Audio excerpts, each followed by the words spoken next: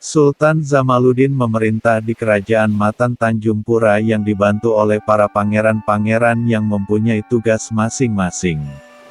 Pangeran Jaya Anom Matan mengurus soal yang berhubungan dengan takaran, seperti gantang kepunyaan rakyat dan harus mempunyai isi yang sama. Gantang yang sah adalah yang ada cap stempel dari Pangeran Jaya Anom.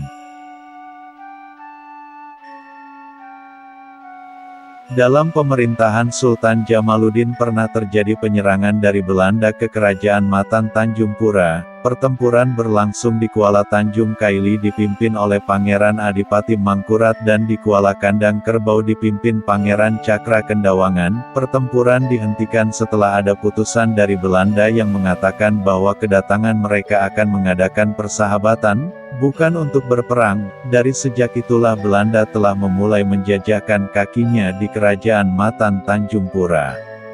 Keadaan rakyat di waktu itu aman dan makmur, hubungan perdagangan semakin baik, keadaan di laut pun cukup aman karena tidak ada gangguan dalam pelayaran.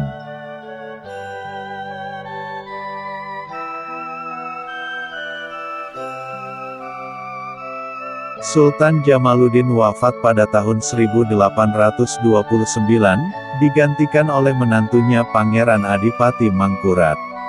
Panembahan Anom Kusuma Negara atau Mursal bin Iranata hingga tahun 1833,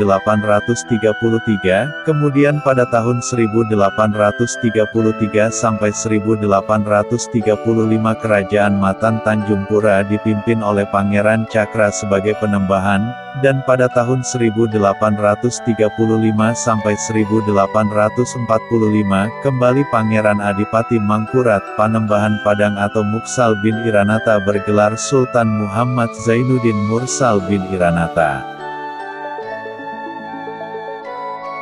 Pangeran Cakra serta istrinya Ratu Jula oleh Sultan Muhammad Zainuddin Mursal Iranata diberikan kekuasaan memungut hasil sepanjang Sungai Kendawangan, berkedudukan di Kampung Lanjut hingga akhir hayatnya, dan bermakam di Dusun Lanjut bersama istrinya Ratu Jula. Tidak jauh dari makam Pangeran Cakra dan makam Ratu Jula, ada suatu pohon yang bersejarah yaitu pohon aur yang berduri, dan bagi penduduk di sekitar tempat itu tidak berani untuk menebang atau mengambil aur berduri tersebut.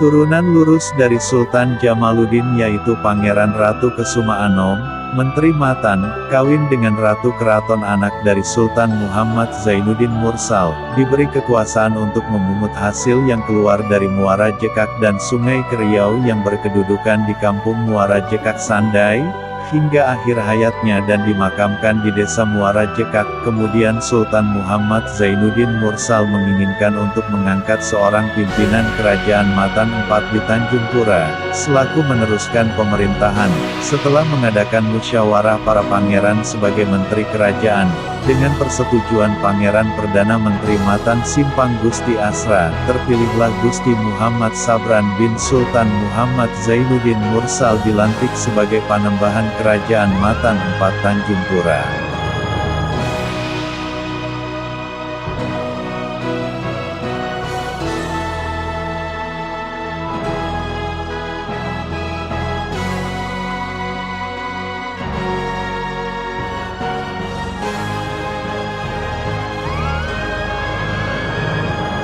Pada tahun 1845 Gusti Muhammad Sabran sebagai Panembahan Kerajaan Matan IV Tanjung Pura. Dalam pemerintahan Gusti Muhammad Sabran lalu lintas pelayaran sering terganggu oleh bajak laut yang berkeliaran di Selat Karimata. Panembahan Muhammad Sabran mengadakan musyawarah mengenai gangguan keamanan tersebut dengan para pangeran dan musyawarah memutuskan untuk mengadakan pengamanan di laut. Untuk mengadakan pengamanan pelaksanaan ditunjuklah Haji Abbas dengan gelar penggawa Kuala Matan yang berkedudukan di Kuala Matan pada tahun 1874. Setibanya di Kuala Matan, Haji Abbas mendirikan pemukiman terletak di Dusun Banjar sekarang ini. Penggawa Kuala Matan dibolehkan membuat uang gobang berlaku sebagai pembayaran yang sah dalam Kerajaan Matan IV dan dari Sarawak sampai Banjarmasin.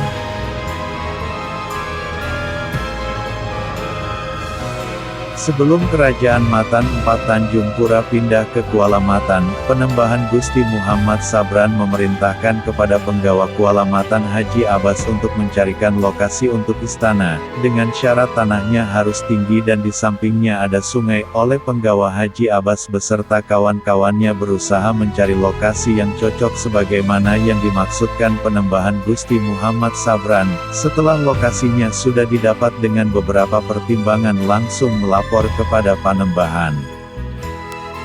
Kemudian diperintahkan untuk membangun istana setelah lokasinya disetujui dengan petunjuk yang lengkap. Demikianlah setelah selesai pembangunan istana di Kuala Matan, Penembahan Gusti Muhammad Sabran memindahkan Kerajaan Matan IV Tanjung Pura ke Kerajaan Matan V dalam tahun 1878,